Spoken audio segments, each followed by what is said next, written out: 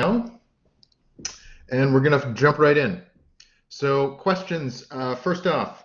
So what we're going to talk about tonight is the fact that the Amazon is burning, right? And I think we're aware of that. We see it a lot in the news today. And I wanted to take the opportunity to talk about that because I just happened to have worked on it quite a bit, and I developed some stuff that might be useful. Okay, so we're going to jump right in. So first and foremost, thank you for coming out. I know your time's valuable. Everybody's time's valuable. There's a lot of things you can do with it, and choosing to come out and listen to this kind of content is meaningful, and thanking you for, I appreciate that. So the next thing is, why are you coming out though? That's my next big question. Why are you here? Now, I have a feeling I think I know why you're here, but I'm gonna, oh, just a sec. What's going on?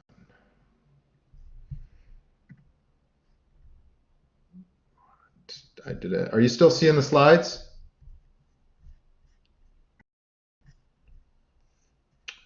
Okay, just a sec. Just one sec.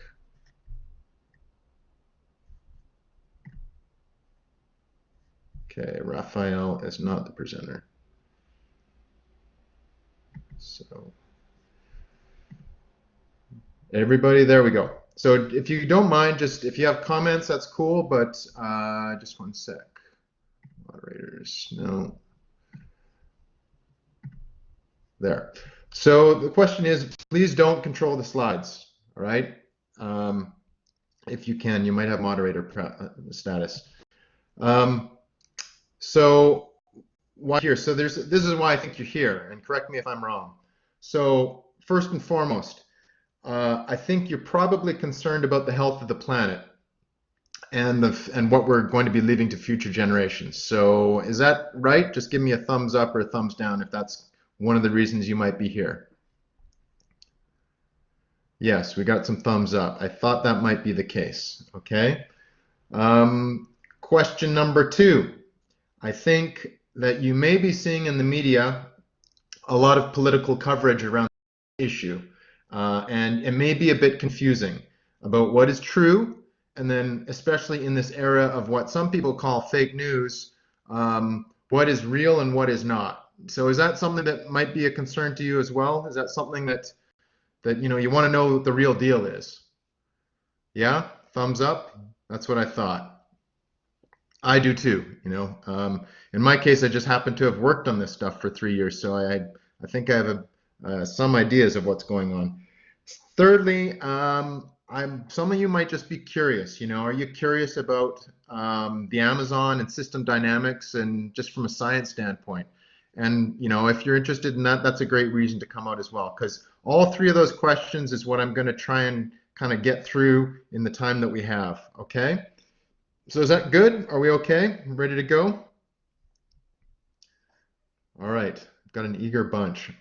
Okay, so then for those of you that don't know me, well, who the heck am I and why should you listen to me? And that's a good question. Why should you listen to anybody about anything?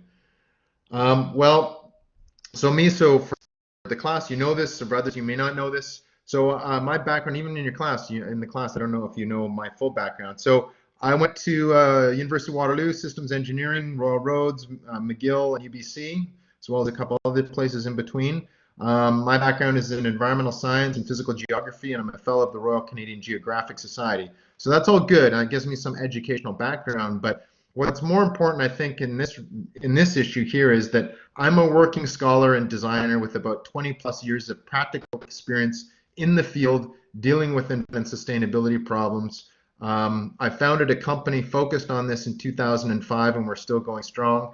I do teach. I keep one leg in the university, obviously. I'm associate faculty at Royal Roads University and was an associate faculty at Concordia from 2009 to 2014.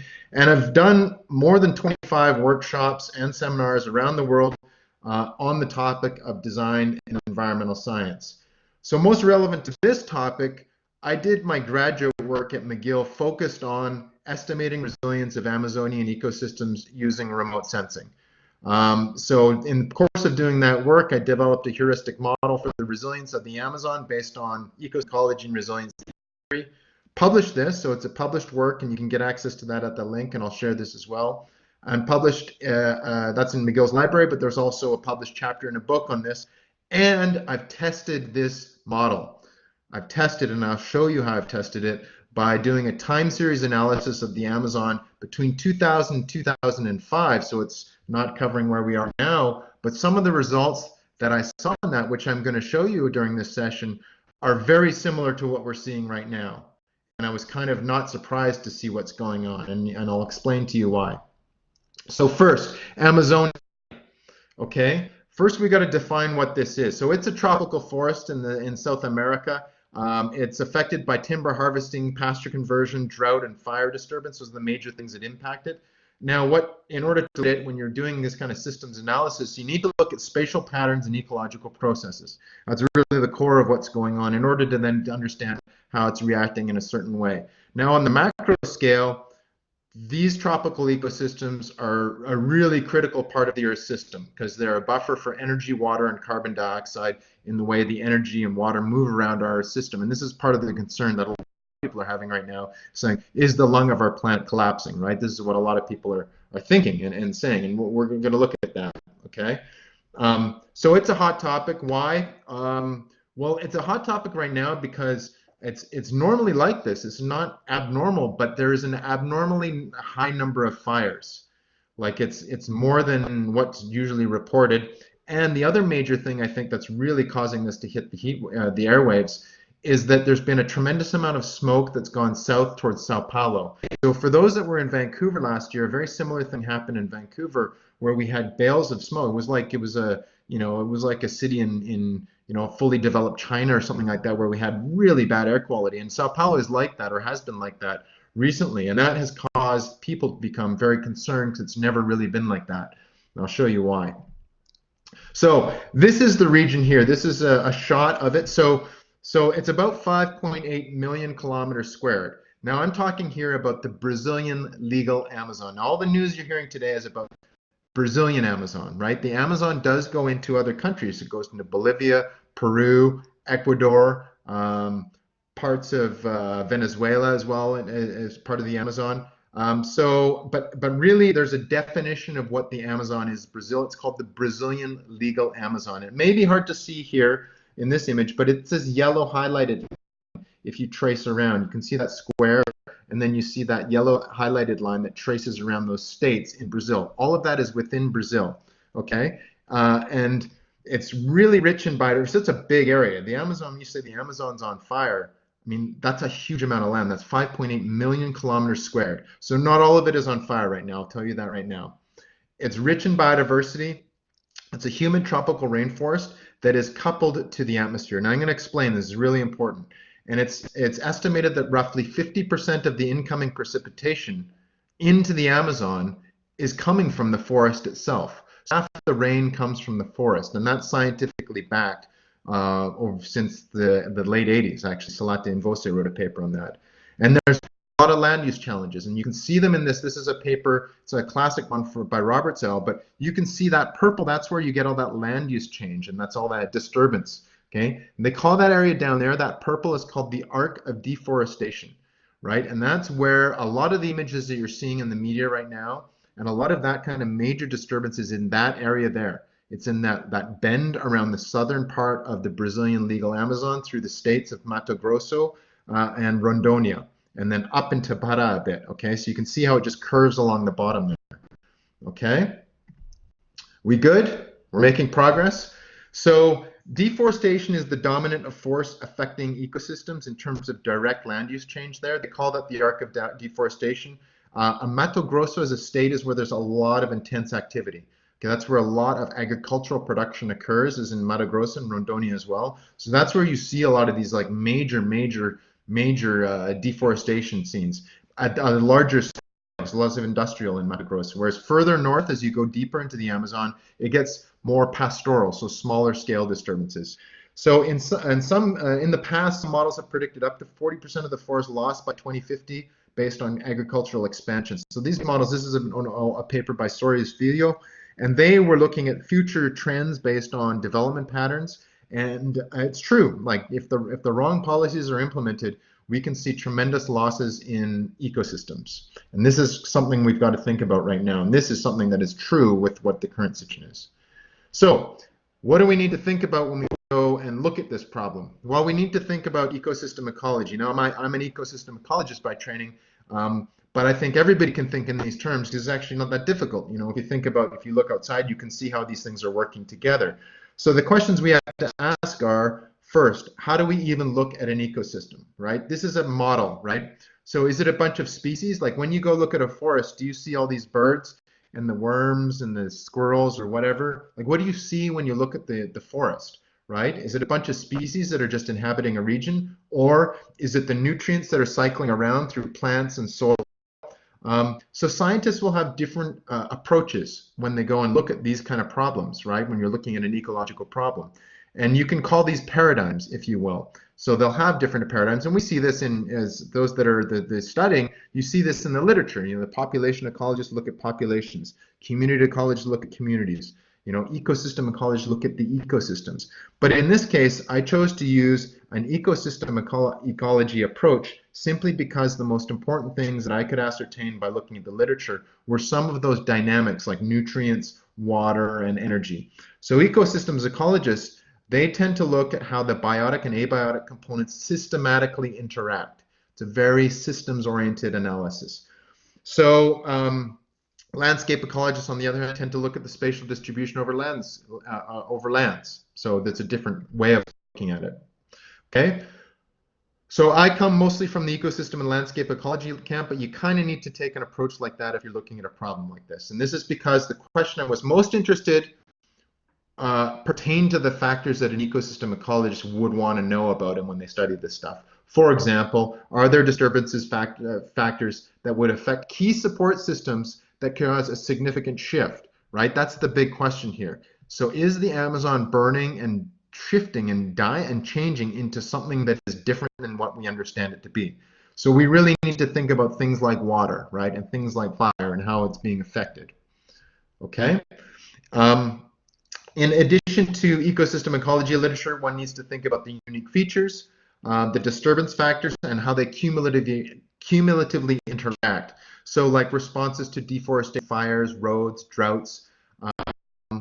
And this is where, for those that are taking the class, this is where we have integrated assessment, right? This is very much an integrated environmental management tool approach. So there's the other thing that we need to think about here, and this is important for anybody that's interested in climate change stuff, is to look at what are the systems that are working here, because we have a couple of types of feedback systems at work, and that's why we call this a coupled system. It's coupled because the atmosphere and the biosphere interact with one another very closely in the Amazon, okay? And it's called a negative feedback system. So negative feedback systems sustain things, right? Such as homeostasis, you know, when you start to sweat. Okay, and I'll get into that a bit as I go. So I'm going to just document how I went about going on this journey and learning all this stuff and pull out some of the things that instrumental in coming up with this model. And so I really literally went and took a look at this part of the world. Okay, and I thought it was important to do so. So what I did after having gotten really acquainted with the literature and reading a lot of papers on the Amazon, like everybody does when they're doing this kind of project work, you got to get up to speed with what's going on. What I did was I first did some Portuguese in Montreal, so I go there and I could kind of get by. But I flew from Montreal to Rio de Janeiro. I met my father there actually, who'd been on an Amazon tour. But I went from there to Salvador. So you can see there, Salvador's in the northeast, for a month to do language immersion. Now, this is interesting, and I think it's actually relevant to the political discourse right now because, I mean, everybody in the world is jumping all over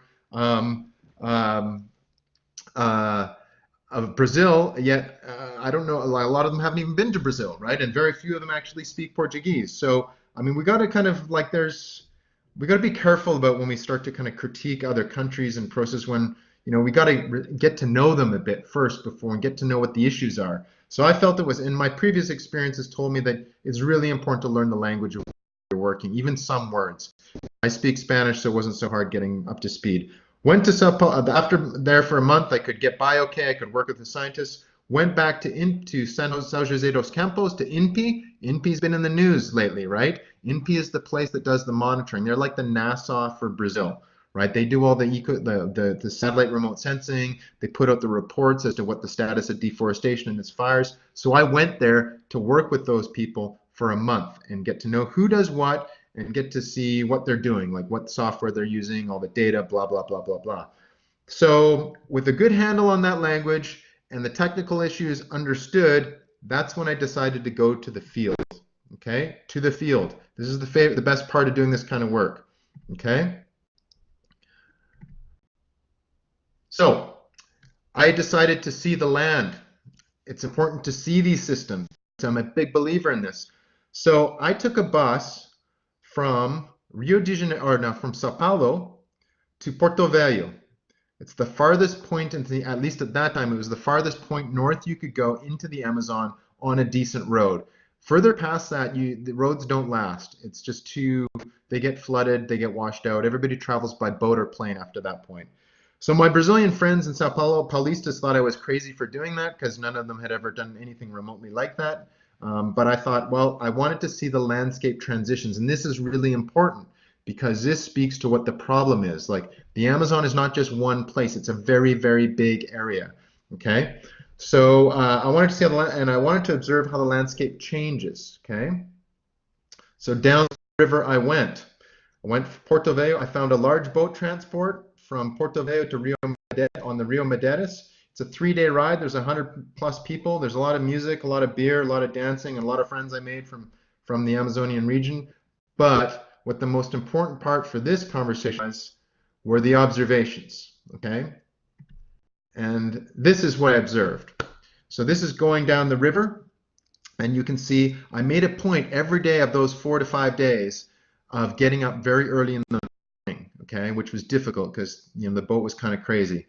But I got up really early and observed what was going on throughout the day. And this is important because I wanted to see how this thing is actually working. So you can see in this photo that green strip there, that's the Amazon from my vantage point from the water. That's about 7 a.m. in the morning, okay? So next photo on the left there, that's about 1 p.m., same day, right? And you can see there's starting to be some clouds forming, right? Then 6 p.m. on the same day, there. Now, what kind of cloud is that? I've got some environmental scientists here, so you should know what kind of cloud that is. What kind of cloud is that? Starts with C. There we go.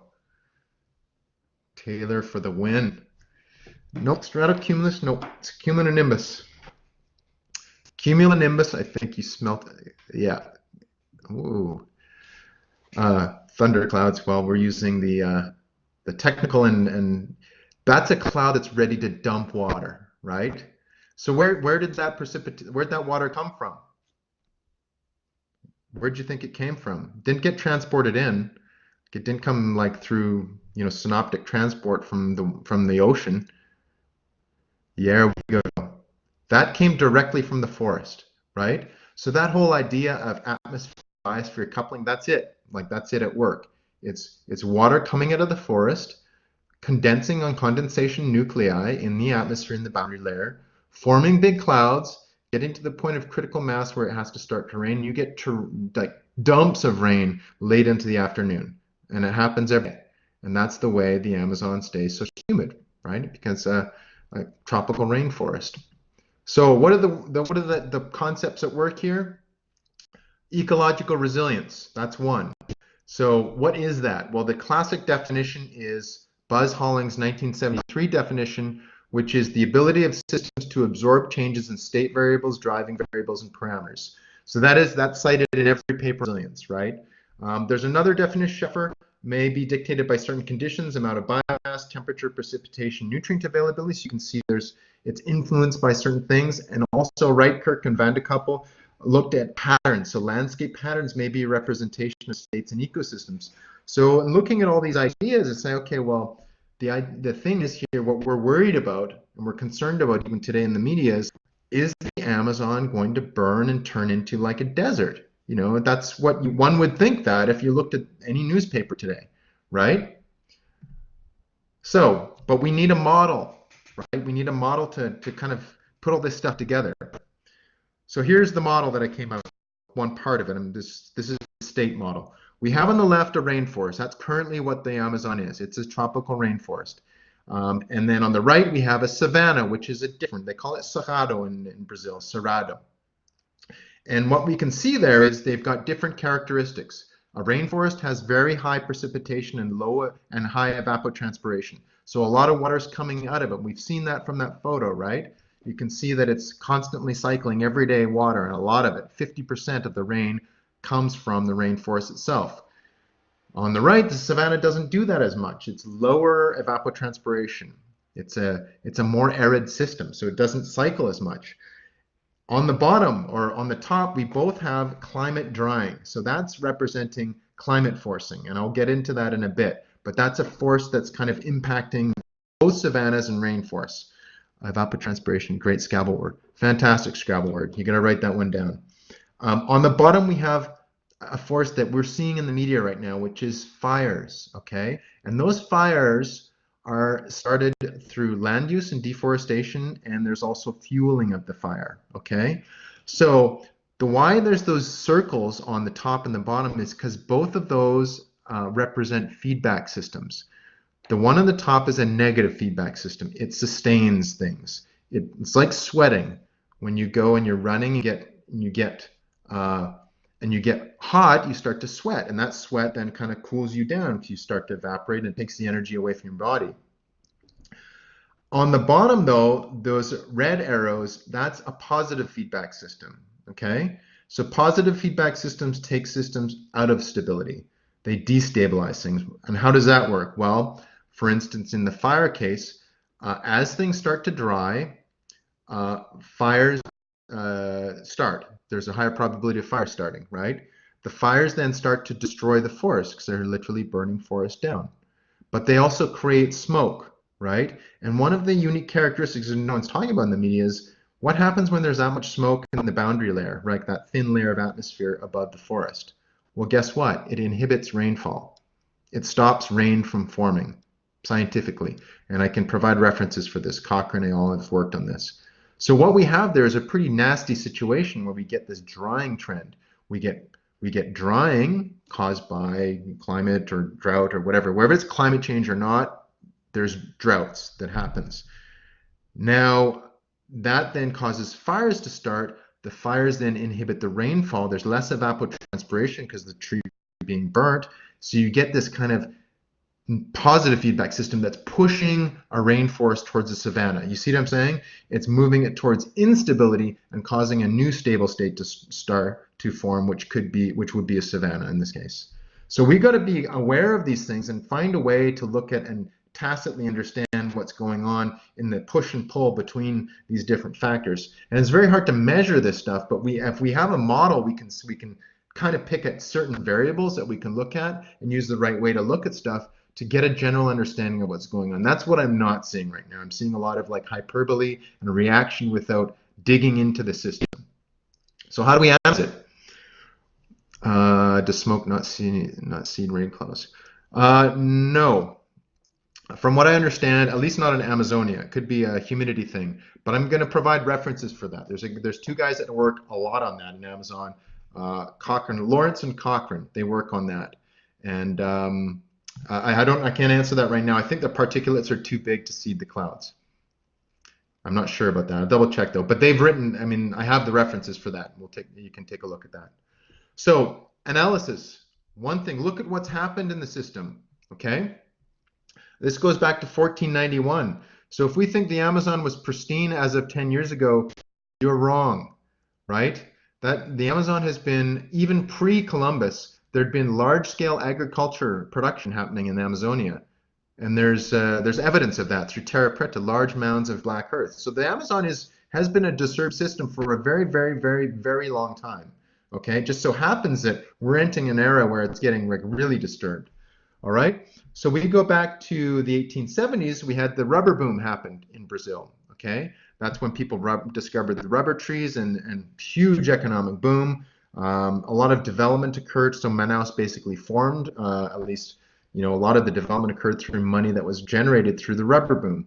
Now, starting in the mid-1900s, so 1950, that's where we started to see more of this kind of militaristic, almost a militaristic development policy in Brazil.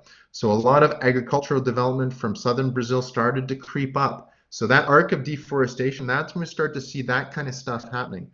And into the but the problem there at that time was you didn't have access, right? You couldn't go and just drive a truck up there and mow down rainforests and start, you know, start growing cattle. You couldn't do it. However, in around 1967, there to be BR-167 went into the Trans-Amazonian Highway. You started to get access starting into the Amazon, okay? And once you get access, that's when you start to open up the frontier to development. And that's when a lot of the what you see in that purple part of the of that map of the Amazon, that's when you start to see that start to occur really.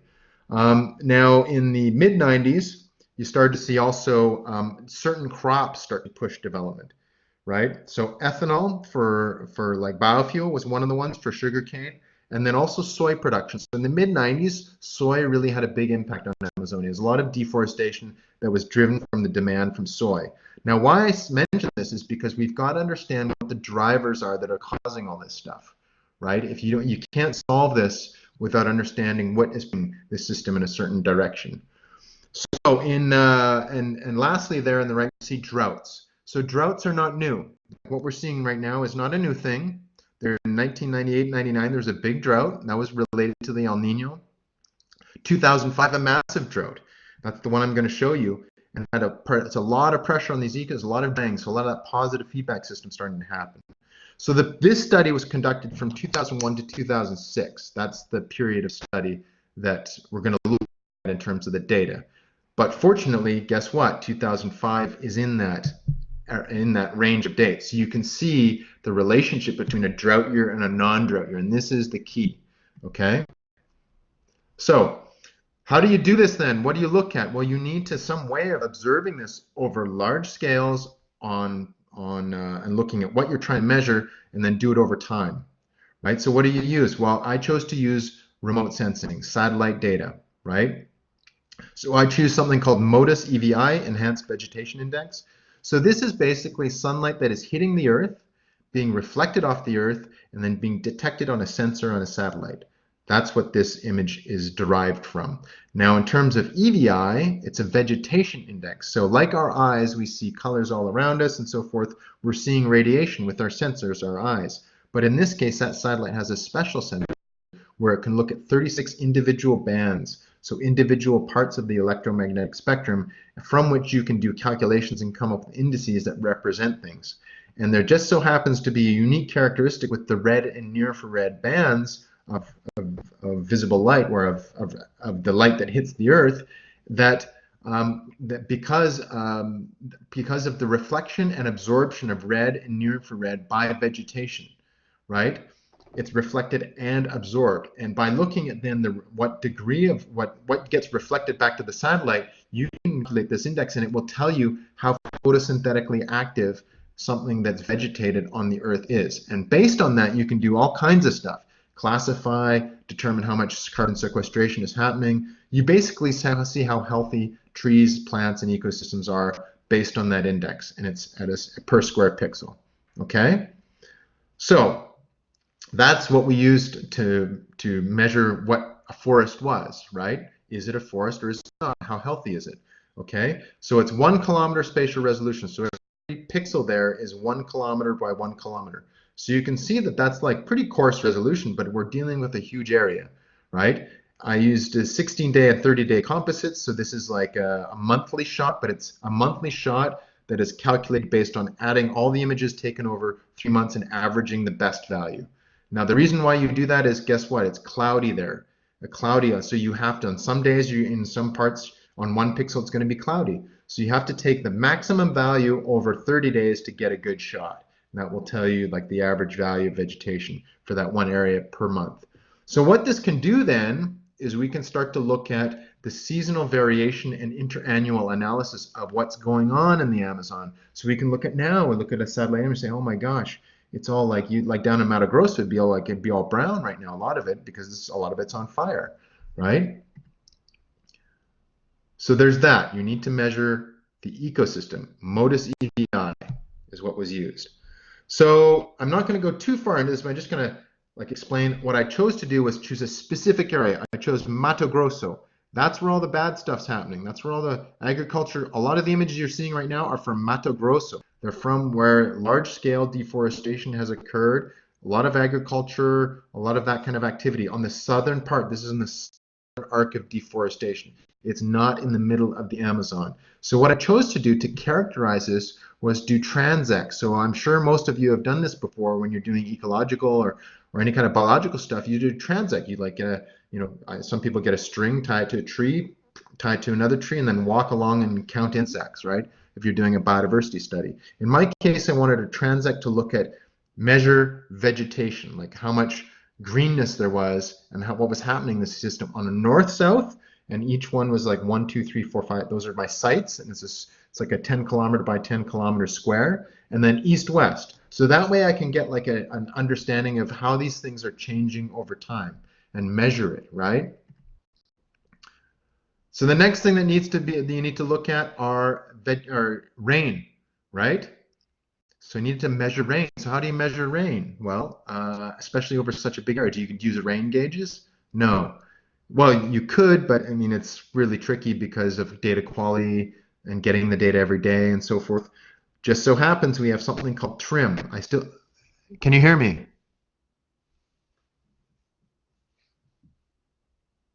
Okay, Raphael, I'm recording this too.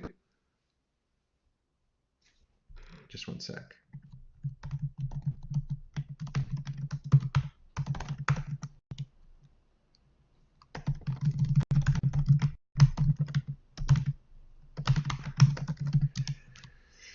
Okay, so TRIM. So what is this? What's TRIM? It's called Tropical Rainfall Measuring Mission. TRIM is a radar. It's on a satellite, and radar and optical are different. So what TRIM is, it's active. So radar is active remote sensing. It sends a signal out like a sonar, sends a beep out, and then it waits for it to come back. And based on the time that signal goes out and comes back, you can measure something, right? Sonar, you can the depth of something. In this case, it's sending signal out, getting it back, and can determine how much rain there is, how much precipitation is happening in the atmosphere. It's a precipitation radar. So at the weather that you see when you see fronts and so forth on the news every night, that's radar, right? This is radar. This is taken every month. Well, it's actually more than every month. I averaged it for every month. And I was able to see how much precipitation is happening over a pretty coarse, it's 2.5 degrees spatial resolution, which is pretty coarse, like it's not like refined, but it's good enough. It gives you the general feel. So here you can see, there we go. That's a Brazilian legal Amazon, right? All the states there are in the Brazilian legal Amazon. We have Rondônia, we have Pará, we have Amazonas, Acre in the far west. But Mato Grosso is the one at the bottom, the most south one, right? That's the one I focused on. You can see this is in March of 2005, right? So it's pretty blue, meaning it's rainy. There's a lot of rain happening on March, okay? Now, there, that's July of 2005. Same month, March, April, May, June, July. That's about 4 or 5 months later. What do we see there? Tell me what you see.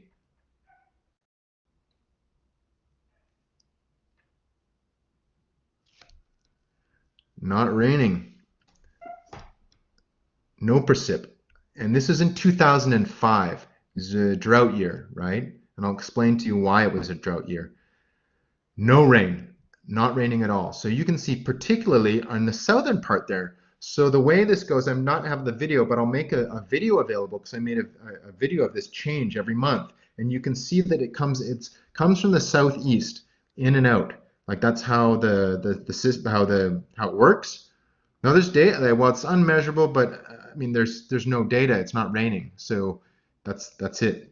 So the way this works is you see over the season, over the 12 months, it gets really, really rainy, but then it starts to dry out from the southeast and it starts to get dry, dry, dry. And this is about as dry as it gets in July. Well, actually August is dry too. and it just gets like this. And for months, like 2 months, there's no rain, right? So exactly what is happening right now. That's what is happening right now. That area and that area is receiving no rain. It's drought. So what happens? And then we add other things to it, right? We add that positive feedback system. We have policy that encourages development. It's a bad combination of things. Okay, but you have to measure it. This is a measurement of that. The next thing to look at that we need to look at overall to make this complete is, say, fire, right? How do you measure fire? Do you like drive around and observe fires? No, you don't. You use satellite data once again, but you use MODIS, and they're called hot pixels, but it's a thermal anomaly. So the satellite is able to detect thermal radiation above a certain threshold. When it's above a certain threshold, it's considered to be a fire, and they turn the pixel to hot. So what I did was got that data and measured from 2001 to 2006. This is the frequency of fires, and you can see in Mato Grosso, there's a lot of fires there. It's a lot of fires. That's all the fires that were aggregated in frequency from 2001 to 2006. So you can see in certain areas there's a ton of fires, and they just so happen to be close to roads. Where there's no road, it tends to be white. There's no fires, right? It's not a coincidence. So the key question then is to determine the influence on fire presence. And then I looked at the relationship between roads and fires and so forth, but didn't go too far into that. There are some people that have done tons of work on that. But there is a relationship. In my case, the data was inclusive, I'd say. It was an inverse relationship. So this is what I found, okay? So we see here, this is the characterization of what's going on. You see this first graph out here is Site 1. So it's Site 1 on the latitudinal transit. So it's the far west of Mato Grosso, right? Like way west. So it's not as much highways, not as much development. And you can see the red is precipitation. I should have reversed it, but red is precip. And on the x-axis, you can see the month. So it's January, February, March, April, May, June, July, August. You can see precipitation dove, right? April, May, June, July, August. Those 3 months, that's in Site 1, very little precipitation, right? Then you look at, okay, well, what happened then on vegetation, right? Because you look at the blue line. Blue line is EVI, right? That's the measure of photosynthetic activity. Is it turning into nothing? Like, is it turning into an arid land? No, but it did dip. It got a bit browner, right? Got a little less photosynthetic. That's Site 1, far west. Now go to Site 5. Site 5 is right in the middle of the action, right? That's right near the highway. It's right where the development occurs. Look at red. So the red line is precipitation. Very similar kind of curve and characteristic in the sense that you can see it drop dramatically, but it drops quicker. Right? It drops in May of 2005. Boom, it drops. Actually in April, well, starting in March. March to April to May. Bang, it just drops really quickly. And then you can see June, July, August. In Site 5, which is right in the middle of Mato Grosso, was flatlined. There was no rain for a good almost 3 months. Right? And you can see there the difference in EVI. EVI is much lower. Right? So that EVI is just picking up whether there's trees there or not, or what's happening. So I'm sure there's some drying out, some fires are impacting deforestation. We're just seeing it in the data. We can't explain it necessarily. So you can see that characteristic, but this allows us to see the relationship between things, these kind of estimating. We say, well, we know these feedback systems are in place. This is showing us what's going on, and we're measuring it, or estimating it, some people might say. So then Site 5, then I wanted to look at the relationship between different years. So we know Site 5 is a serious place. That's where we're going to see state change if we're going to see it, right? I wanted to see Site 5 between years. Why? Because I wanted to see the impact of the 2005 drought to see if it was strong enough to cause a state shift. Okay. So you can see at the top is 2001 at that same site. The bottom was 2005, drought year. Look at precipitation. You can see the difference. May, June, July on the bottom, it's flat. There's no rain, right? However, we didn't see that tremendous amount of difference in EVI, right? So that showed me that, well, we get a big drop, but it's still pretty resilient there. It's decimated to some degree, but it's still hanging on, like it's not plunging to zero, okay? But the next thing is the most interesting one. This is the one we need to think about for right now. Fire activity. So what happened in fire activity, right? So we looked again at modus thermal anomaly to assess the fire presence in hot pixels per year, right? Fire activity per year over the year in month. So you want to look at the temporal because these systems change a lot over the years. So you have to, if you want to do interannual comparison, you have to look at the whole year. So look at this. 2001 is the orange line, right? To be expected, January, February, March, April, not many fires. Why? Because it's raining. We saw that in the day, right? May, June, now getting into June, July, boom, starts to go up. August, September is a peak. So even in a normal year, you got quite a few fires in that region, right? But 2005, that was the drought year. Look at it. So the same characteristic curve you'd expect, but twice as many fires, right? Now, knowing what we know about how this system works in terms of its dynamics, we got to think to ourselves, that's not good, because we know that fires are a positive feedback system. They move this whole system towards instability. They could potentially cause a shift from a rainforest to a savanna, and this is what people are concerned about. Okay? And it's measured here. We can actually see it in the data, which is, it's not great. Okay? So the other thing I wanted to look at was actual state shifts. So I looked at ecosystem change from classification from 2001 to 2005, and we can see dominantly of all the things that changed, there was significant state shift from forest to savanna. A lot of the area changed from a rainforest in Mato Grosso to a savanna-like landscape over that period of time. Now, why was that? Was it deforestation from agriculture? Was it fires that were natural? Was it drying? Well, it's hard to say. Like, you need to dig in deeper to look at the causality of that. I'm looking at just the state shift and measuring it, and that's what I found. But it's not a surprising finding considering, it's the buildup. You look at all these things happening, and it's to be expected, right? So now we got to go back to our state model then and say, okay, now that we've seen that, go back here, boom, we've seen the state shift. A lot of that has actually occurred. We've seen some of the things that happened. 2005, there's huge amount of fires. Okay, we've seen the change in space. So now we've got to think about, okay, well, why is all this stuff happening? What can we do about it? Okay. Now, 2005 drought. Can we do anything about that? Can we stop those droughts from occurring? Well, it's difficult because the 2005 drought, unlike the one in 1998, the one in 2005 is linked to something called the Southern Tropical Atlantic Sea Surface Temperature Anomaly, SST. Okay? What that is, it's like an El Nino. Okay? So are you familiar with El Nino? Everybody know what El Nino is? Yeah, it's a natural variation of the surface temperature of the ocean over an east-west dipole in the Pacific, right? Right across the Pacific. And it's east-west, like a seesaw. That's the way it kind of works, like a seesaw. And so you get this shift in water and then change in surface water temperature, which, well, I can send more information on that. But basically, it's a natural cycle that happens periodically, that because of the change in sea surface temperature off the coast and salinity and so forth, it just causes weather to change too and causes other things like fisheries changes as well during an El Nino year. It's a large-scale cyclical process. We have the same thing at the Atlantic, but it's north-south, and it's called the Southern Tropical Atlantic Sea Surface Temperature Anomaly, which is a north-south dipole.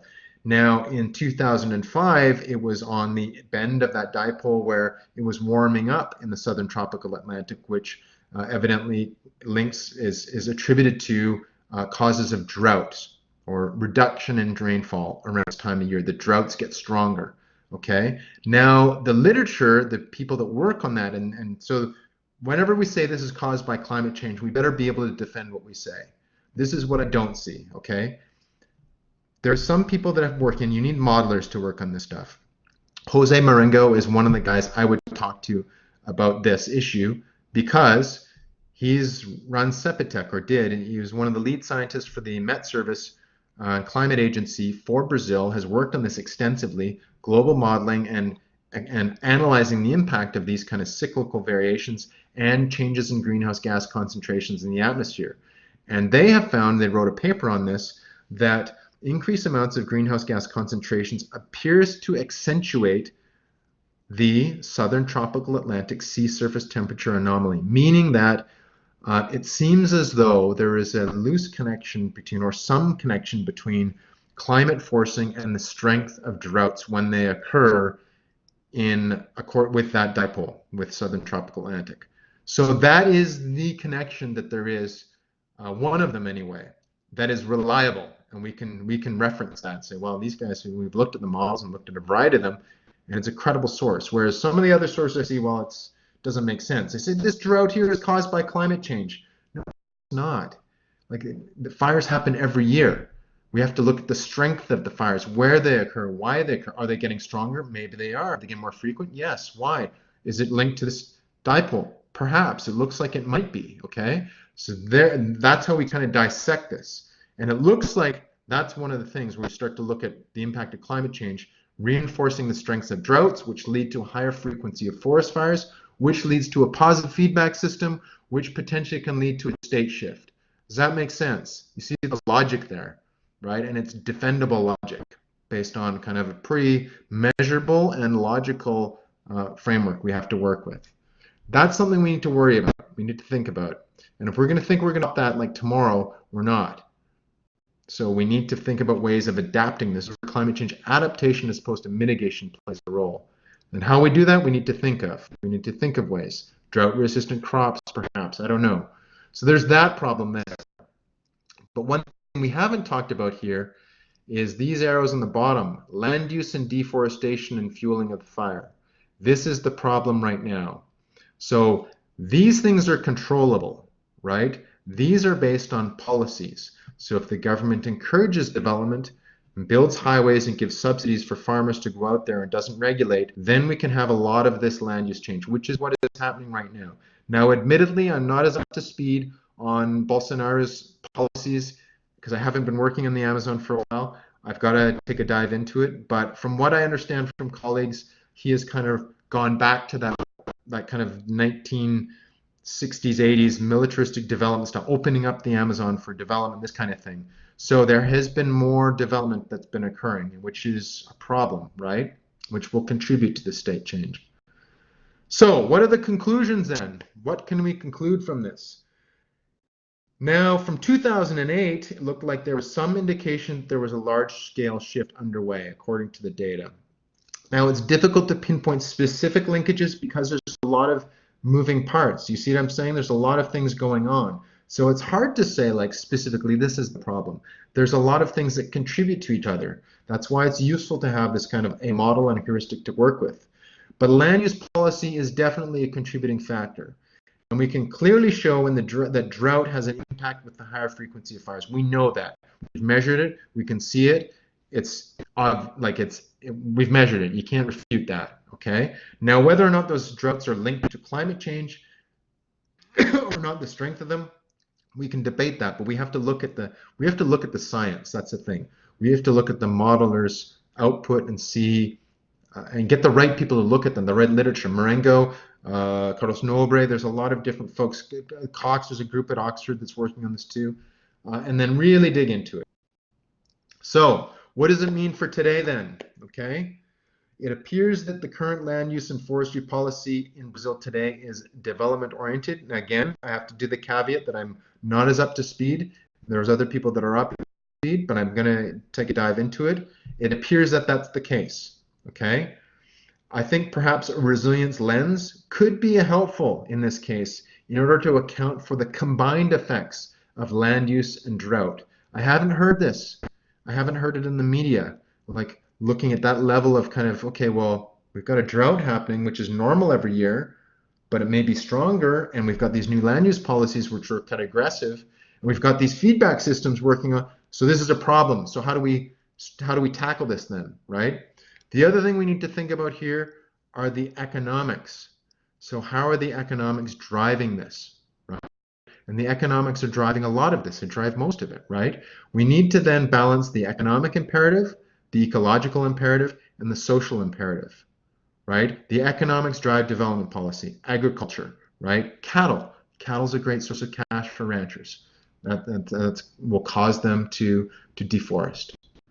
Okay, so we're going to conclude now. So this is from the news today then. Macron must retract insults from Brazil for Brazil to accept G7 aid to help fight Amazon wildfires, Bolsonaro says. He wants Macron to take back those insults. So fair enough. And the other here, we've got rainfall will not extinguish Amazon fires for weeks, weather experts say. That's probably right? If you look at the data that we saw, the typical pattern is that even into September, it remains quite dry, okay? So we're still gonna have this situation. So we need to kind of get on this. Amazon fires, okay, we have Amazon fires, Brazil's president is committing ecocide, we must stop him. And this is from Lloyd Axworthy and Alan Rock, two really credible folks. And they're probably right. The development policies are probably pretty aggressive. But the question is how then, right? How do you intervene in another state's sovereign affairs? And how do you do it in such a way that kind of meets their economic, social, and ecological imperatives? Because we need a balanced solution, right? And it's easy for us to say, and this is my problem with Canadians jumping all over this, because we've just approved pipelines and we're expanding our oil sands operations dramatically, yet at the same time we feel we can jump all over these. Okay, we'll answer these questions in a bit. So I just want to conclude here. Canada pledges financial technical support to help fight Amazon wildfires in Brazil. 15 million, I think. Good stuff, good start. But we need to, I think we can do more, and I'll tell you what I think we should do. So what can we do? What can we do? We'll ask questions in one sec, okay? Land use. We need to have sustainable land use practices and economically reward them. So we need to reward people for sustainable land use practices that don't degrade and don't push those systems to savannas from rainforests. And you can do it. There's a lot of capital floating around for this stuff. An example is REDD+, reduced emissions from ecosystem degradation and deforestation. This is a program in which you can conserve rainforests and pay people who own that land or work that land for the carbon value that's stored in that land, right? So your standing forest has carbon in it, you get the carbon value for that. That becomes your livelihood in addition to other things you're doing, but you don't chop down that rainforest. Is it theoretical? No. Works in Guyana. I'm working, and elsewhere. I work in Guyana right now, and they're doing fantastically well. Norway gives them money to run REDD programs, which then allows them to sustainably manage their forests, right? Paying people to conserve forests based on carbon value that's stored within those forests. So the other thing, recognize that there are cumulative effects that decrease resilience of Amazonian ecosystems. Therefore, these risks must be managed, right? I've tried to show you that this is a cumulative effects assessment in a way, right? So I'm looking at multiple things happening that are contributing to a major overall outcome. So we need to look at those different things if we're going to intervene and manage those. Look for details in media reporting, right? This is what I want to see. I see that's, that's not detailed, and we don't have the real facts. So I want to see that in the media. And lastly, I'll get to Thibault in one sec. I'm just going to finish here and we'll have questions. Use capital to mobilize sustainability through design. Okay, so for instance, Canada is sending water bombers. Great, 15 million, I think, and a bunch of people. That's wonderful. That's not much money. We can send more. But how about we send capital, right? How about we invest $50 or plus million in sustainable land use and REDD+ activities, and develop joint research activities in Brazil, and then even possibly collect offset credits from that, because Norway does that with Guyana. Why don't we do that? That's a win. That's a win, I think. That's my take anyway. That's really kind of smart intervention, and working with Brazil on this, not as this moral high ground, criticize people, say you're bad, but we're going to build, you know what I mean? We can't, I think it's disingenuous to take that stance. What can we do as individuals? Be wise about your purchases. If you know products are coming from unsustainable sources, like soy from Brazil or beef from Brazil that's from Mato Grosso, don't buy it. If you're working for a company and a business network, encourage them to think about implementing an EMS class or develop a sustainability strategy. You could then build into that a conservation program that aims at issues like deforestation or unsustainable land management or plastics in the ocean, right? You could develop your carbon offset program and become carbon neutral by conserving Amazonian rainforests as a company. You can do it. It's not, I mean, I would say it's easy, but for a professional, like I've done it many times, so it's that's a solution. That's what we do. Like that's what we can do. We're using environmental management tools and capital to help reward sustainable behavior. There are an immense array of solutions here. We just have to be smart, practical, strategic, and realistic about how we move forward. That is what I think we need to think about. Questions? All right, I rambled on. So we got one from Thibault, I think. Okay, first here, Lisa. I'll take Lisa's first. I have two questions. One is how different is what is happening in the Alps from what has happened in Western North America with fires that we've been experiencing? Okay. It's similar, but I think the coupling is different. So from what I'm not as much of an expert on Western North America fires. I think then Western North America fires are most closely linked to invasive species, right? Mountain pine beetle. Yes, we had a drier winters and warmer winters than we used to, which contributed to the mountain pine beetle infestation. And that led to then a lot of dry standing timber, which encouraged fires to occur. So there's that. There's a kind of a different factor at work. I think our land use isn't as severe, so we don't have people going and ranchers chopping down massive amounts of forest in Western North America. We did before, but we revised that in the 90s and 80s, or more in the 90s, really. So there's that, and then biophysically, it's kind of different, right? So in biophysically, the Amazon is much more humid, much more atmosphere-biosphere coupling.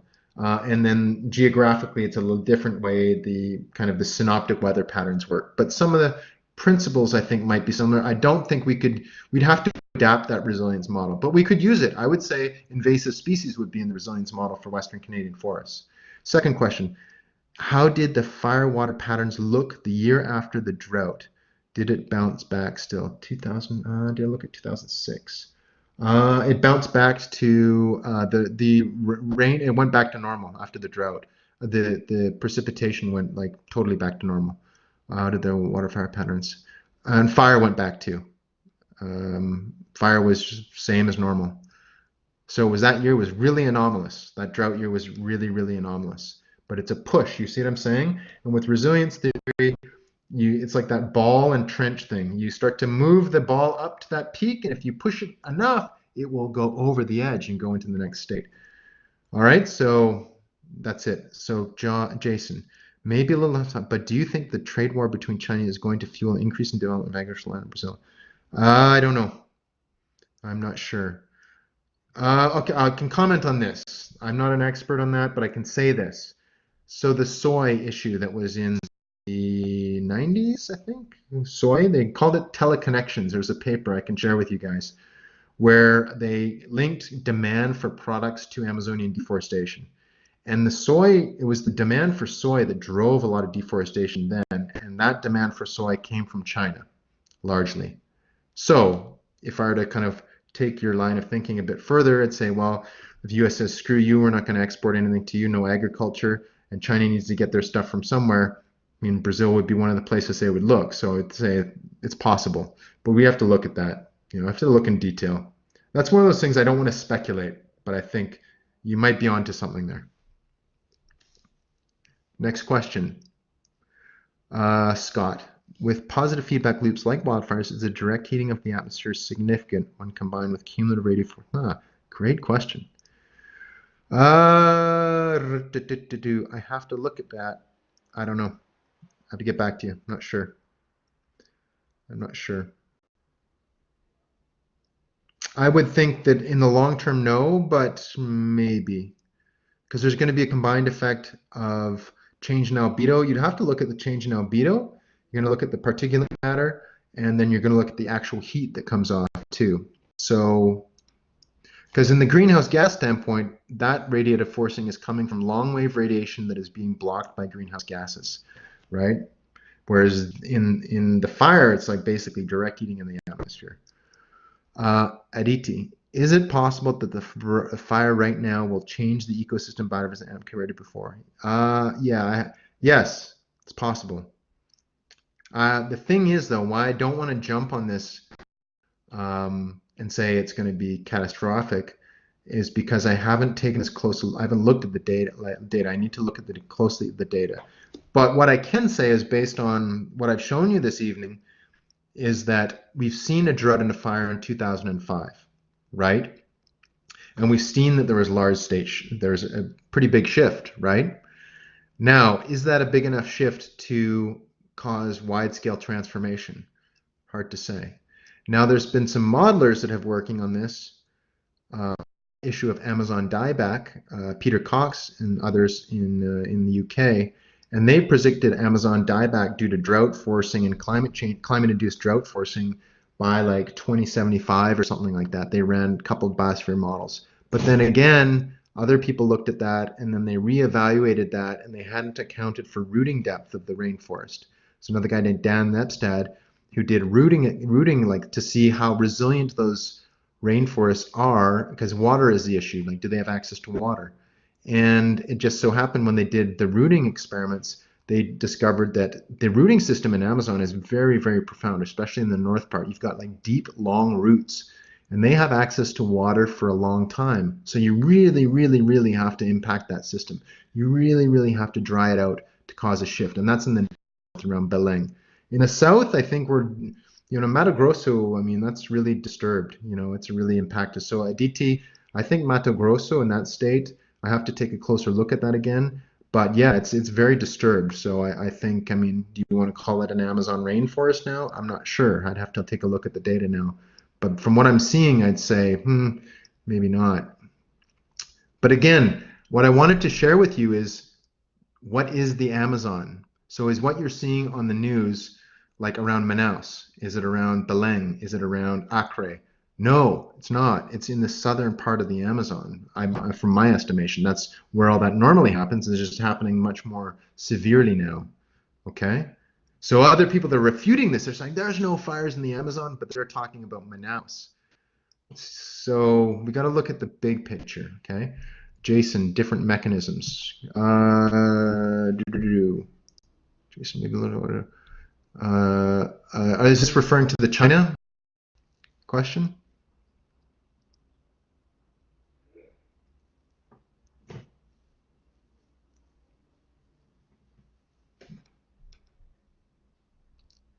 Just it was referring to the warming question. Yeah, it's different. I mean, it's really not. I mean, I'd have to look at that. I'm not going to speculate on that one. See, because there's a bunch of different things will contribute to varying different degrees. Albedo effect is one, right? Because you're changing the albedo, right? And that will then change. If you change the albedo, you're going to change the amount of radiation that's absorbed by the Earth, and more long-wave radiation is going to come off the Earth, which will cause a longer-term warming effect of long-wave radiation being absorbed by greenhouse gases, right? That's one thing that will happen as a result of that. In addition to the direct heating from the fire, and particulate matter may have a role to play as well, right? And the aerosols might have a role to play. Aerosols might have a cooling effect, right? It's possible. The aerosols that come off the fire may reflect shortwave radiation. I have to look at that. People work on this. That's the thing. Like, there are people that spend nothing but all their time and become world experts on aerosols in the Amazon. I've met them. They're great people. So we need to ask them about what's going on and do our homework instead of like on a whim going to conferences and say, oh, it's this. And it's like, no, it's not. You don't know what you're talking about. So, do your homework and then come up with something credible, and then we can try and sort this out. All right. Any other questions? Is this helpful at all? Does it make things slightly more clear?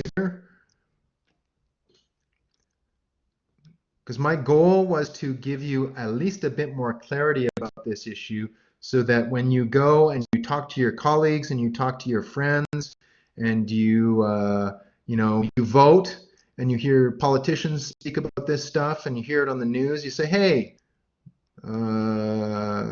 yeah, scale is an issue, for sure. But like the solutions that I've outlined, in fact, I will go to Environment Canada tomorrow. I'm meeting in Ottawa tomorrow. Maybe we'll talk about this stuff. I don't know. We've got other things to talk about. But it's like I wanted to give you a cheat sheet, a list of stuff. So what I'm going to do is I'm going to make the presentation slides available as a PDF, and you'll be able to download them. This video is being recorded. You'll be able to access it anytime. I'm also going to write a LinkedIn article which like formulates this stuff a bit better, and I'm going to do a one-page cheat sheet, okay? And the one-page cheat sheet is a list of references, like an annotated bibliography, which you can go to. So for instance, like the forest fire thing, right? If you want to know what is the mechanism for inhibition of rainfall due to forest fires in Amazonia, you read Cochrane and Lawrence's work, and you'll have that reference. You'll know where to go to credibly discuss that issue. If you want to talk about atmosphere-biosphere coupling, like whether or not it's 50% or not, then you read Salate and Vose, and there's a couple other papers that studied it, measured it. I didn't show you the picture of me in a flux tower. I went on the flux tower, towers in the Amazon, measuring precipitation, measuring evapotranspiration. I climbed them. I've been on them. There's people that work on that stuff. So we need to use their work, which has been an investment from the United States, from NASA, funded that project.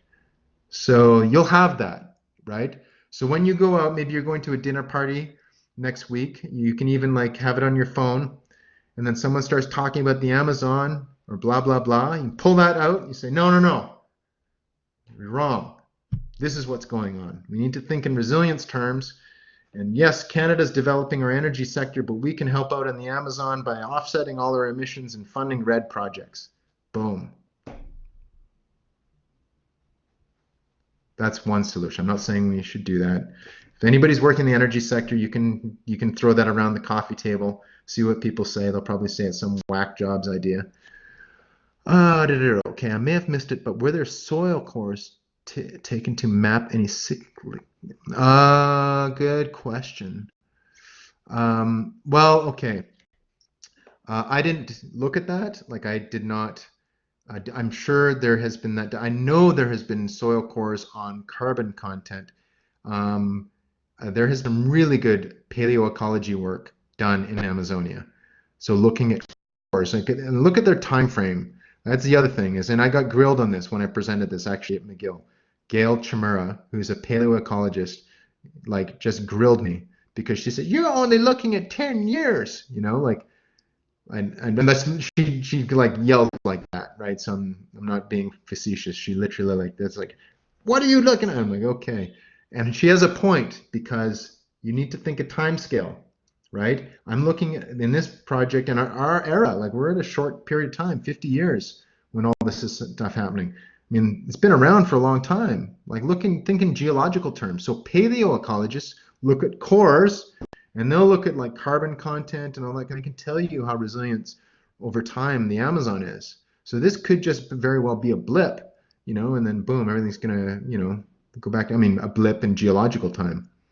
So, but to ask your questions, I didn't use soil cores to look at that. I looked at simply measuring them, looking at observing the fires, but you likely could, and looking at, I'd have to see what you'd want to look at in order to get at that.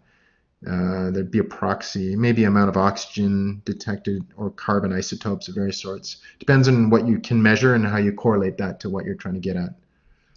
Probably the type of carbon, I think, is what you'd pick up then, and you'd see the amount of fire. So the fire would produce a different type of isotope in the soil, I think. But again, who do you talk to? Paleoecologist for the Amazon, no one. All right. Well, I want to thank you again for coming out. It's been an hour now. Sorry for the technical difficulties up front. It was weird. But these things happen, I appreciate you taking the time to jump on this. Again, it's going to be available for your viewing and listening pleasure whenever you want, and you can share it with other people if you wish to. I don't think there's anything controversial here. It's all like pretty much straightforward. Open date. This is just one view of it. Keep in mind, and it's somewhat dated now, but that's a decent view, I'd say. And it's fodder for discussion about how we address that. But I think, yeah, share it and think about what we can do, and talk up to your elected officials, talk to your CEOs, talk to people who have capability of mobilizing organizations, community groups, talk to your children, right? Children can do amazing things.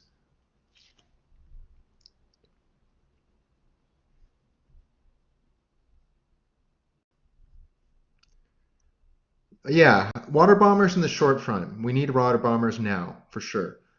Sustainable land use and RED plus in the long term, in the midterm. That's our next step, I would think, for me. If I'm saying, okay, let's put Canadian dollars and energy into solving this, boom, that's what we do. We partner up with Norway. How about that? Or Denmark, or Sweden, or whomever. We put our money together. We say, oh, I'll give you like 50 and 50. 50 million, 50 million, that's 100 million. Norway gave Guyana 130 or 250, but 140 already spent. Let's buy Sweden. I vote for that. Let's buy Sweden. We'll own IKEA. If we buy Sweden, we'll get discounts on IKEA. But the problem with buying Sweden is their beer is very light. I don't know if you've been to Sweden, but it's like they have tremendously light beer.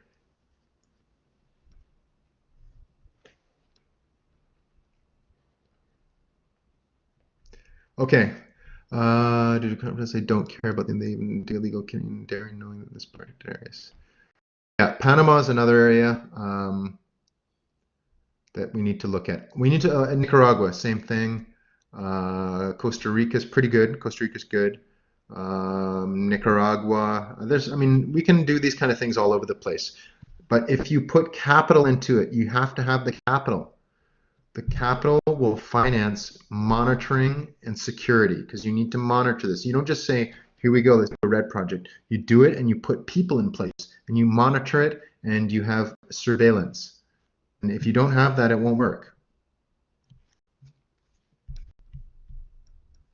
Okay, folks, boom. Thanks for coming out. I'm going to end the recording. It was a pleasure to have a captive audience for this. And I look forward to your comments. If you have any more comments, feel free to email me.